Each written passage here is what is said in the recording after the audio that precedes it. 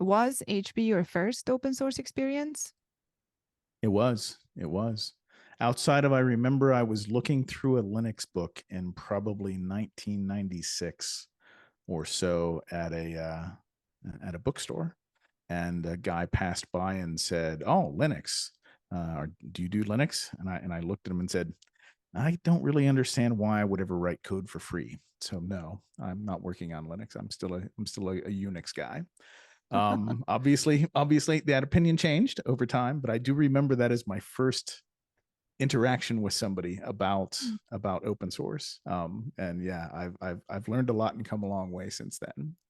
That's for sure. I love that. That's a good one. I don't understand why I would write code for free. Do you have a grasp on when that started to change? That thought was like immediately-ish when you were at HP getting involved in things, or did it take longer? Yeah, I mean, as a fledgling group, we were doing everything. I mean, I was in the middle within the first 2 months of working. I was in the middle of doing negotiations with Red Hat to have them productize a version of Red Hat that would work on the Itanium processor, which was just under construction and just being released very shortly after I started. And that identifying how different Linux distributions worked, why they existed, and then learning the culture of the developers that were part of our team that were also well reputed and well placed in the Linux kernel ecosystem.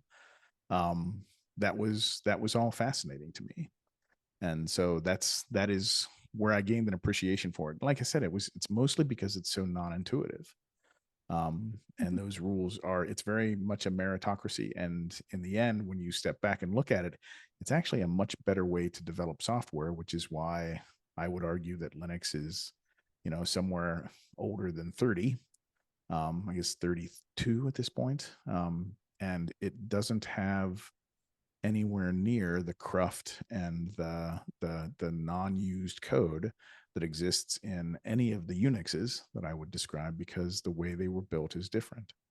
And there are forces in open source ecosystems that make the code remain better and cleaner with less technical debt, because everybody has to work with that code. So it is different. In your experience, were others at HP more on board with open source, or did everyone go through a similar journey as you did, or maybe struggled um, even more with kind of getting a grasp on why things are working in a particular way in the community? What is this whole thing about? It's great that we are grabbing the code, but why would we ever put anything back in there unless the license obviously specifically says so? Right, right.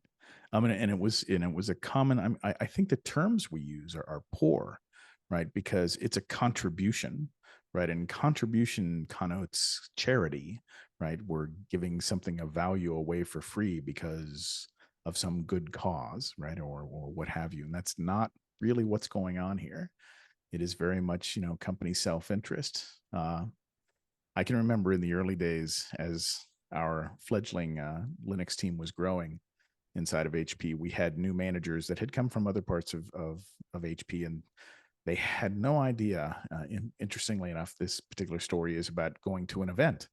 One of the significant events of the day was actually in Australia, which is a long flight from Colorado, which is where I am. And so, we were going to send like 20 developers to this conference, and it was very expensive. And we had management approval because they understood. But my peers, new managers that had been brought into the group, were like, why am I going to send my people for a week, to this far flung place? And I'm going to bump my schedules of getting stuff done because we can't afford this time. And the most impactful thing I think that happened was, again, my management said, you managers are also going to go to this conference. And he made them go to this conference and fly around the world to go to Australia as part of their job. And they were reluctant, certainly didn't see the point before they went. By the end of day 2, they were like, "Oh my god, I can't believe all the things that you learn here." It's just they were just flabbergasted and shocked with how much they actually were able to learn, and what their developers were learning, right? And the connections that they were making. And it just clicked for them. And I would have never thought that before it happened. But once it did, they were so much easier to work with. And they so understood why you would do these things that help the community, not just your company, because in the end, it turns around and it ultimately helps your company. In the end, you're going to need that feature that somebody else wants to build that you're not really interested in. But if you have responsibility for that code base because you're a committer, or maintainer, then helping to get them to do that in the end will help you down the road. So it's just, yeah, that was a very fascinating learning experience for me and how to teach people. So one thing to take away from this, from my perspective, is work to get your management to actually attend one of these events, and understand what comes out of it.